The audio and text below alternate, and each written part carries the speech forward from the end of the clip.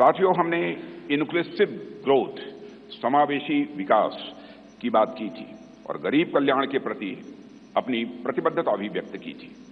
प्रधानमंत्री मोदी जी की गरीब कल्याण के प्रति संवेदनशीलता का इससे बड़ा उदाहरण और क्या हो सकता है कि देश के 80 करोड़ से अधिक जरूरतमंद व्यक्तियों को प्रधानमंत्री गरीब कल्याण अन्न योजना के तहत 2020 से लगातार मुफ्त राशन दिया जा रहा है और मोदी जी ने इस योजना को 2029 तक चलाने का संकल्प भी व्यक्त किया है। साथियों, प्रधानमंत्री मोदी जी के नेतृत्व में हमने पिछले 5 वर्षों में संकल्पित भारत, सशक्त भारत के संकल्प को पूरा करने पर सफलतापूर्वक काम किया है। अब हम भारत के 140 करोड़ नागरिकों के सामने अपना नया संकल्प पत्र प्रस्तुत करने जा रहे हैं। भारतीय जनता पार्टी के जिस संकल्प पत्र को आज हम जनता के सामने प्रस्तुत कर रहे हैं, उसे तैयार करने में बड़ी एक्सटेंसिव और कम्प्रिहेंसिव एक्सरसाइज भी की गई है। संकल्प पत्र समिति के पास 3 माध्यमों से सुझाव आए। पहला, रथ के माध्यम से सुझाव हमारे पास आए।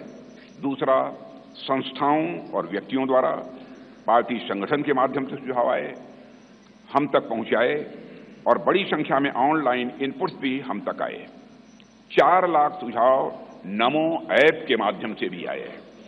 करीब 10 लाख सुझाव वीडियो के माध्यम से आए हैं।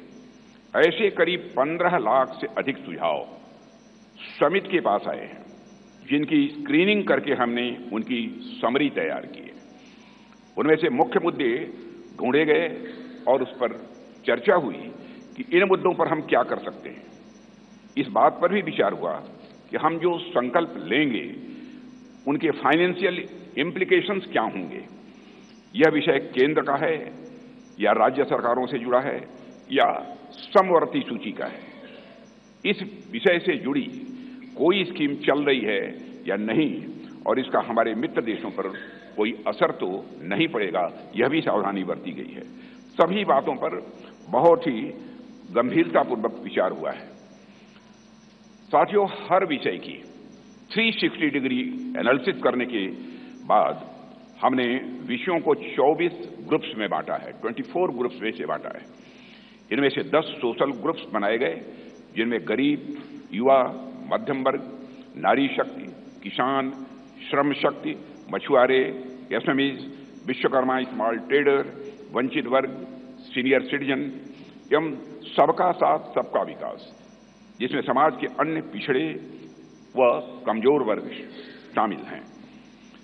इसी तरह जीवन और गवर्नेंस के जुड़े मुद्दे के 14 सेक्टर में बांटा गया है इन्हें। और इनमें पहला है विश्व बंधु, जिसमें भारत के अन्य देशों के साथ संबंध की बात की गई है।